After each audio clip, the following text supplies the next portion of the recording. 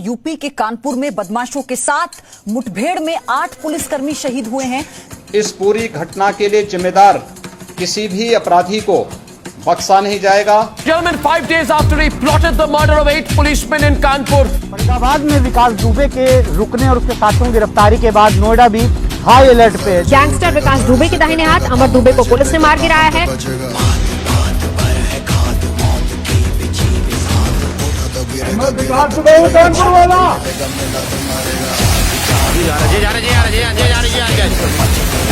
खबर विकास दुबे के मारे जाने की खबर है। विकास दुबे ने हथियार छीनने की कोशिश की थी, पुलिस के साथ उसकी मुठभेड़ हुई और उसके बाद उसे मार गिराया गया।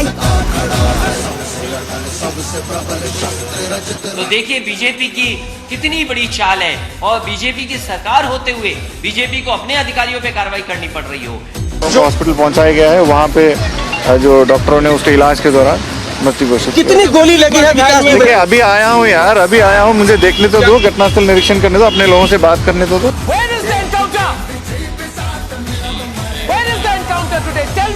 विकास दुबे, विकास दुबे, विकास दुबे, विकास दुबे, विकास दुबे, विकास दुबे,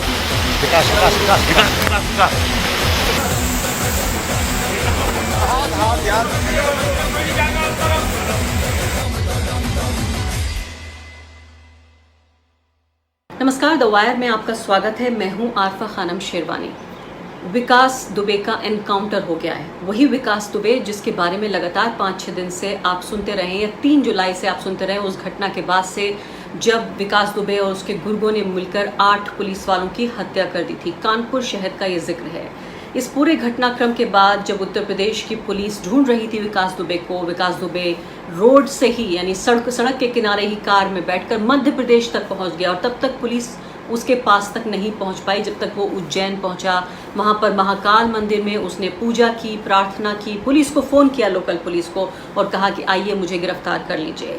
जिसको पुलिस ने कहा, उत्तर प्रदेश पुलिस ने, कि हमने उसे नैब कर लिया है, हमने उसको दबोच लिया है। दरअसल ये एक सरेंडर था, एक समर्पण था, क्योंकि विकास दुबे को शायद ये शक रहा होगा कि उसकी कहीं हत्या ना कर दी जाए, उसका एनकाउंटर ना कर दिया जाए। अब ये पूरी कहानी जो शायद आपने अब तक सुन ली होगी, कि जो कहानी पुलिस बताने की कोशिश कर रही है कि कैसे जो पुलिस की जो वैन थी वो उलट गई। इस पूरे मौके का फ़ायदा उठाते हुए पुलिस पिस्तौल छीनने की कोशिश की गई पुलिस वाले से विकास दुबे के ज़रिए, और इसी झड़प में इसी जो है वो कार्रवाई में विकास दुबे को गोली लगी और इस वजह से उसकी मौत हो गई। अब सबसे बड़ी बात यह है कि कई लोग ये पूछेंगे कि ऐसा व्यक्ति जिसका लगभग 30 साल का क्रिमिनल रिकॉर्ड था, जो एक पॉलिटिशियंस के साथ एक बड़ा नेक्सस चलाता था और उसके ऊपर हत्या का मुकदमा था, आधे दर्जन से ज़्यादा, 30 साल से वो इसी काम में संलग्न था और 60 से ज़्यादा उसके ऊपर मामले थे, और अभी हाल ही में उसने 8 पुलिस वालों की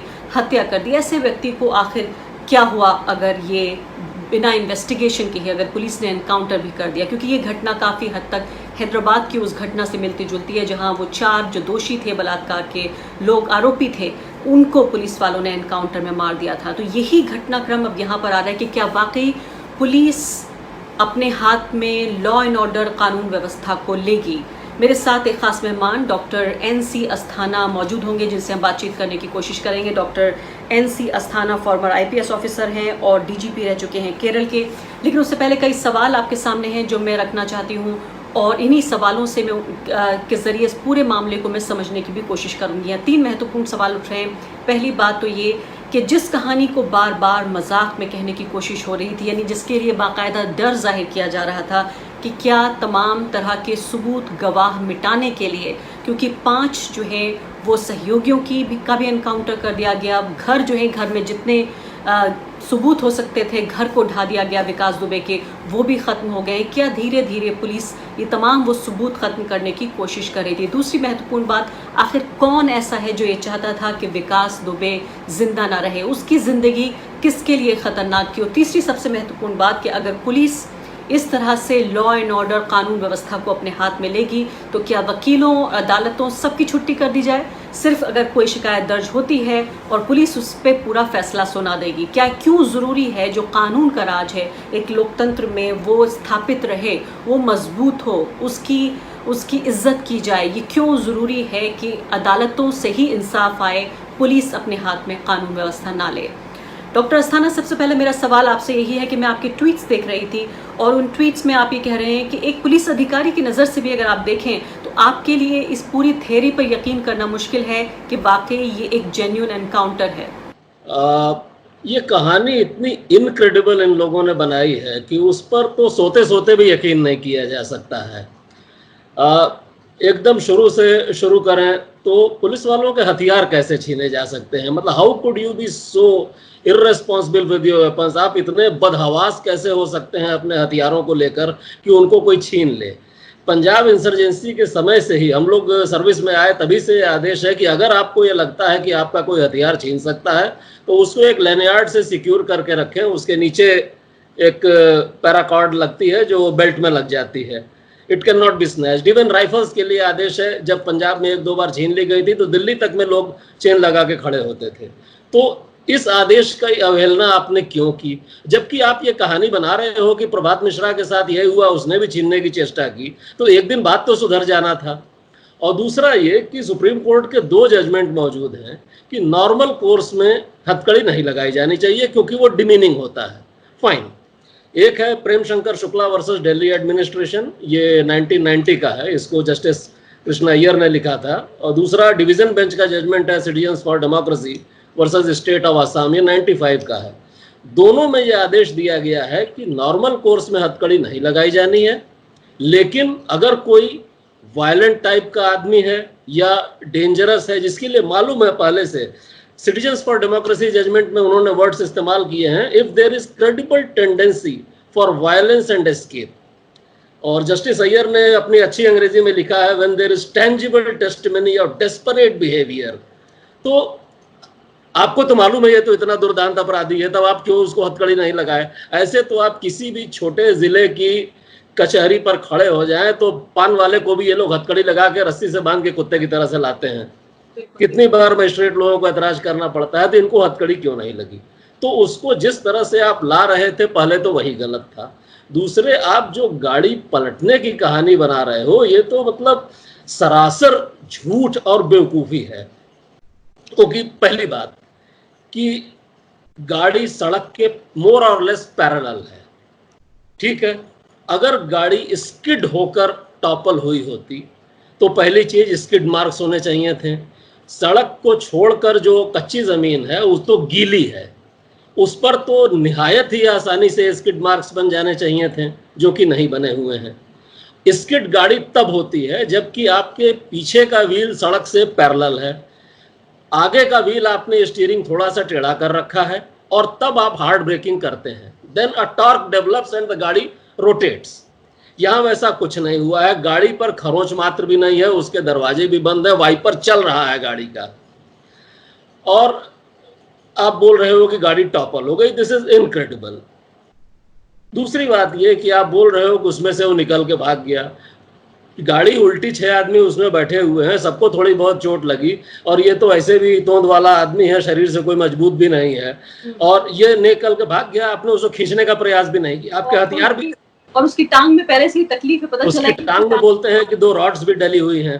तो ये उसके, और अबव ऑल आप उस जगह को देखें, दोनों तरफ खाली खेत है, खुली जगह पर जहां छिपने की कोई जगह नहीं। ये चंबल के बीहड़ नहीं है कि उबड़ खाबड़ जमीन है, किसी खड्ड के पीछे छिप गया, किसी उस टेकरी के पीछे छिप गया।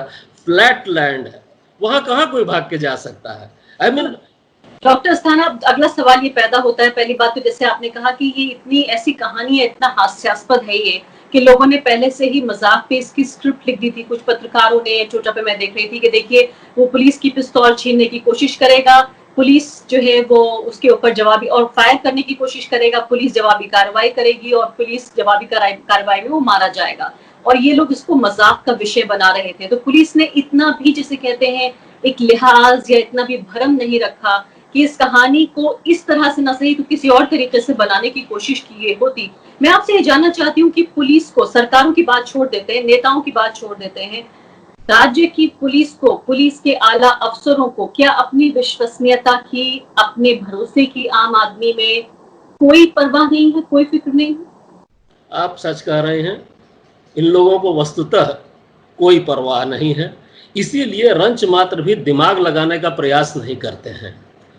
आपने इसके पहले जब इसका मामा प्रेम प्रकाश पांडे और एक और आदमी जो एनकाउंटर के तुरंत बाद मारे गए थे, बोला गया कि 4 किलोमीटर दूर ही मारे गए, उसमें जो हिंदी में इन लोगों ने साइटेशन घटना का विवरण जो बनाया था, उसमें आपने देखा होगा कि बालों को छूते हुए गोली निकल गई और बदमाश जो है गिरा, झुका गिरा, मतलब जैसे कि रेलवे स्टेशन के बुक स्टॉलों पर वो सस्ते थ्रिलर नॉवेल बिकते हैं उस तरह से।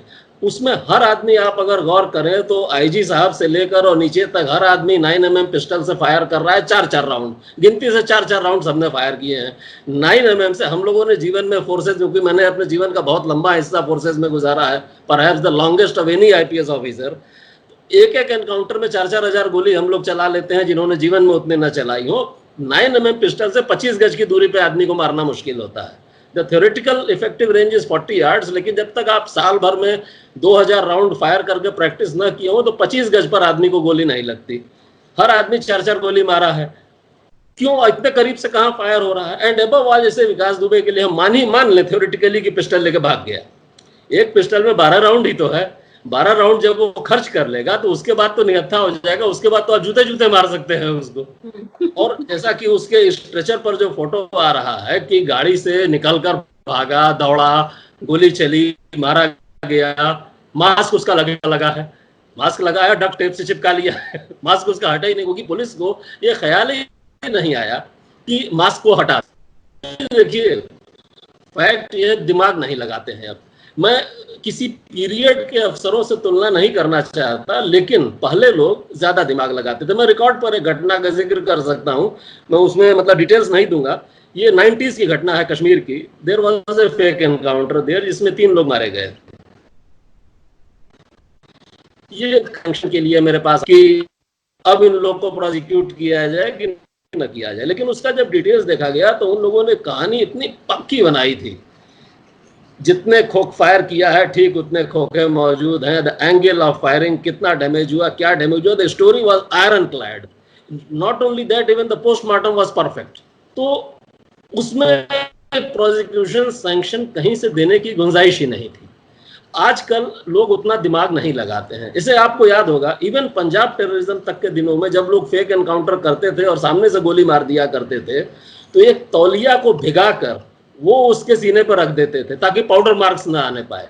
अगर आप करीब से किसी को 10 इंच की गोली से मार रही हैं तो फ्लेम जो निकलती है that will Synge the skin, skin पे सिंजिंग के मार्क आ जाएंगे। जो पुराने घाघ अफसर होते थे वो लोग भीगा तौलिया रख देते थे ताकि भीगा तौलिया फ्लेम को काउंटर कर लेगा। और डॉक्टर अस्थाना, मैं देख रही हूँ कि आपकी इस हंसी में एक दुख भी मैं देख रही हूँ कि आपके जो अपने कॉलीग्स हैं, पुलिस के अधिकारी हैं, वो किस तरह से अपने मास्टर की आवाज, जिसे कहते हैं मास्टर्स वॉइस बन गए हैं। यानी एक तरह की पुलिस अधिकारियों को भारतीय संविधान ने पुलिस फोर्स को एक ऑटोनॉमी दी है, एक तरह की आजादी, स्वायत्तता दी है कि उन्हें अपने नेताओं के अंतर्गत काम नहीं करना है, लेकिन किस तरह से उन्होंने अपनी पूरी एक तरह से इज्जत, अपना पूरी विश्वसनीयता, सब कुछ होने को तैयार है और एक तरह से बिल्कुल रहमो करम पर या गुलामी पर उतर आए हैं नेताओं की। ये भी मैं आपसे जानना चाहती हूँ कि क्या उन्हें इस बात का भी ख्याल नहीं था कि आम जनता ये भी पूछेगी कि जब जिस व्यक्ति ने दूसरे राज्य में जाके सरेंडर किया, उसने मंदिर में महापूजा की महाकाल में, और उसके बाद पूजा करने के बाद उसने खुद फोन किया कि आइए मुझे गिरफ्तार कर लीजिए, वहां पर कोई तोड़फोड़ नहीं हुई, वहां मारपीट नहीं हुई, खून खराबा नहीं हुआ, तो अचानक वो व्यक्ति जो अपने को सरेंडर कर रहा था। और इसके अलावा दर्शकों को एक और बात याद दिलानी जरूरी है कि एक वकील ने भी सुप्रीम कोर्ट में याचिका दायर की। वकील ने ये कहा कि घनश्याम उपाध्याय नाम के वकील हैं, जिन्होंने ये कहा कि उन्हें ये खतरा है कि जान लेने की कोशिश की जा सकती है विकास दुबे की और उनको सिक्योरिटी मुहैया कराई जाए, लेकिन उससे पहले की सुनवाई होती, इससे पहले ही सब कुछ हो गया। तो जो व्यक्ति जो सरेंडर खुद कर रहा था, वो आखिर भागकर अपनी जान देने की कोशिश क्यों करेगा? इसमें जहां तक मेरा व्यक्तिगत विचार है, क्योंकि अब वो तो मर गया, उससे क्या बात हुई थी ये पता नहीं चल सकता, लेकिन जहां तक लॉजिकल डिडक्शन है, that's how Sherlock Holmes would have argued, logical deduction से ऐसा लगता है कि अमानत में खयानत का मामला है। उसके साथ कोई ना कोई डील हुई होगी कि तुम सरेंडर कर दो, तुम्हारी जान बख्श दी जाएगी, बदले में तुम अदालत में मुंह बंद रखना, ज्यादा मत बोलना, ताकि नेक्सस जो है छिपा रहे। लेकिन अमानत में खयानत कर दी, उसके बाद उसको उड़ा दिया, मतलब उसके अब नेक्सस की कोई बात ही नहीं खड़ी होती। क्योंकि देखिए, आपने जो गुलामी शब्द का प्रयोग किया, वस्तुतः गुलामी से भी बदतर कुछ हो रहा है। मतलब अब रिकॉर्डेड इंटरव्यू है, पब्लिक के लिए मैं उन शब्दों का प्रयोग नहीं करना चाहता, लेकिन मतलब जिस तरह से अफसरों ने अपने जमीर को बेच दिया है वो बहुत ही मतलब शोचनीय है। और ये हाल के ही कुछ वर्षों की बात है, मतलब पहले इतना नहीं होता था। नॉट दैट कि पहले के अफसर बड़े दूध के धुले थे, लेकिन जिस तरह से एब्जेक्ट सरेंडर अब कर दिया गया है, इतना एब्जेक्ट सरेंडर पहले नहीं था कि इच्छा व्यक्त की गई कि जो ठोक देना है बंदे को तो ठोक दिया हमने।